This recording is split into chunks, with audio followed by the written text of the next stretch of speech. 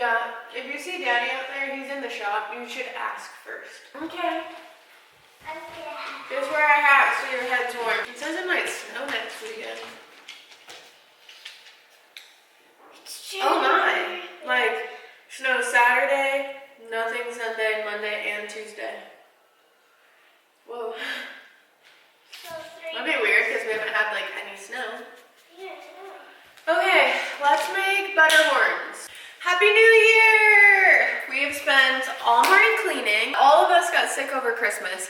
So we're like finally having the energy. We put away our Christmas stuff like 2 days ago, and then we deep cleaned our house. So we vacuumed, we mopped, we cleaned all the bathrooms. I cleaned all of the like cabinet surfaces. I cleaned the oven and the stove top and all the counters. We've got a clean house and good mood. Now I'm gonna make my favorite little treat, which they're called, well, they were called like the Starbucks Butterhorns. As a kid, my dad would take me to Starbucks every morning before school. He'd get a coffee, I'd get a hot chocolate and a Butterhorn. And it's been like one of those things that you don't have in a long time, but that once you have it, it's like so nostalgic.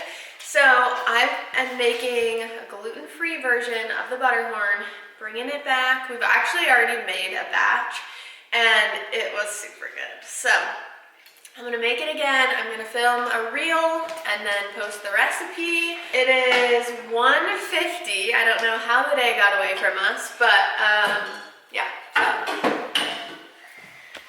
I seem to have gotten left, so I'm gonna put my jacket on. I'm gonna go give the horses some grain. Keith's out there doing some alfalfa for the cows.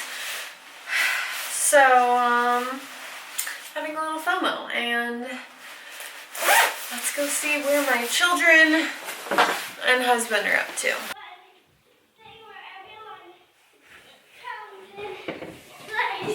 What are you doing? What are you guys doing? Oh, wow. What's going on in here? What are you guys doing? You're sleeping in cabinets? No. You guys haven't open up your cubby. No. Okay. Not mine, not mine, not mine. Oh, wow. No. Oh, my.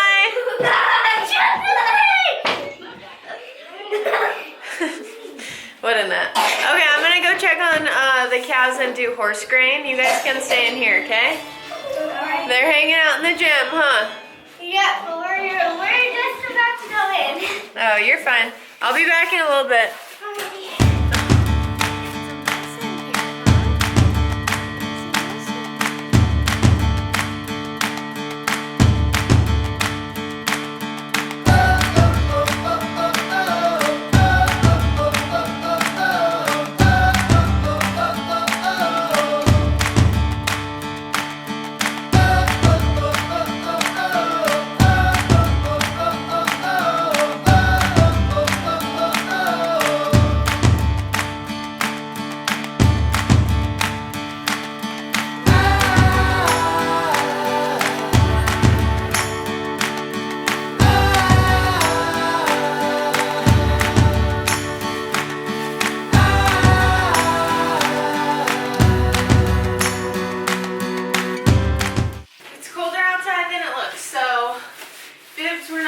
Choice. I've got the horse's grain. I just put some hot water on it. Go take it to them. Keith is just fed alfalfa and he's laying fresh straw because it's super muddy still. We're supposed to get kind of cold this weekend. It shows like 3 days of snow. Not sure if it will actually happen or not, but we are approaching our calving season.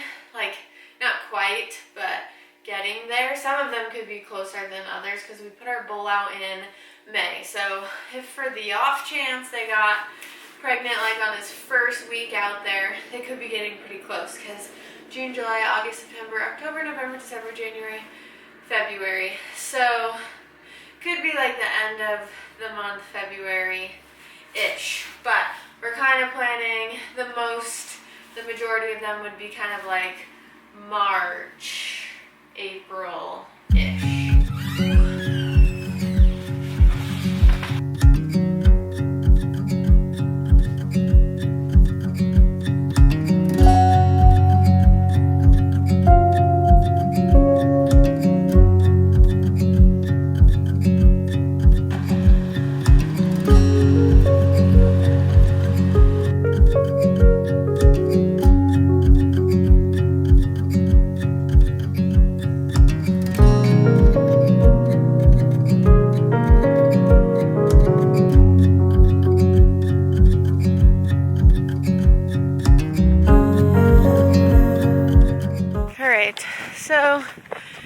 just spread out some of the, it's not fresh straw, I guess it's some of the older stuff, just to kind of cover up the mud because it's gross, like super duper gross.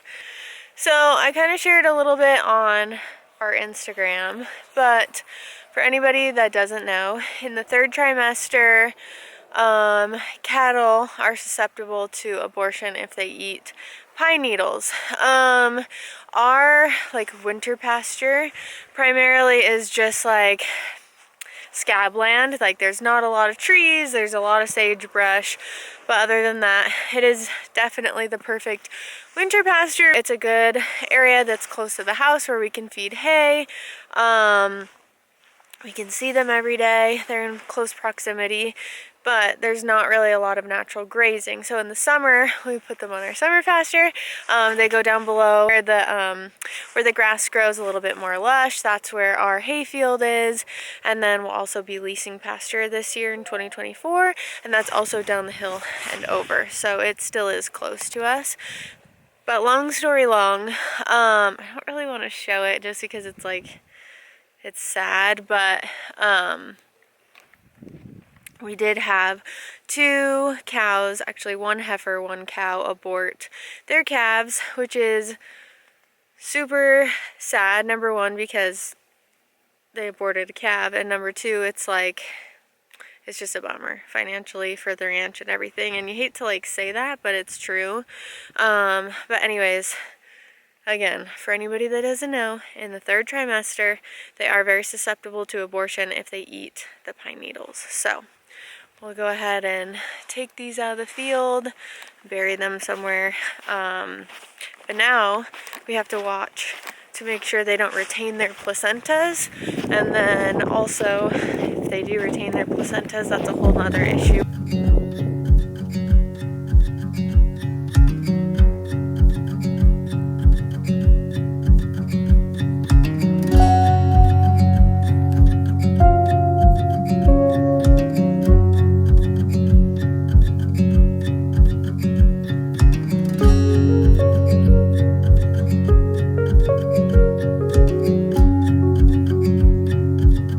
You can kind of see in the background here, on this whole line right here, all these pine trees are on a fence line.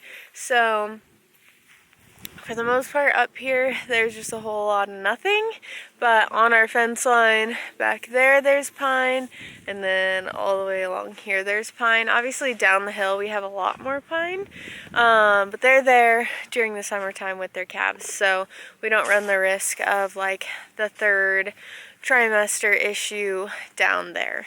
But we have had a very abnormally mild winter. It's been not warm, but like warmer than it typically is, and so where the trees are, there's been a little bit of grass that will kind of like pop up, and even though we feed hay, they're natural grazers, so they want to go find the grass. They'll kind of like nibble through, eat the grass, and then potentially risk having that pine needle while they're eating, and then that's what causes the aborted calves. It's not canceled. I wish it still work. I hope school is canceled. It's not. Tomorrow. Okay. Amen. Jesus isn't going to answer that. No. What? Pumpkin seeds? Sure. Do you want pumpkin seeds?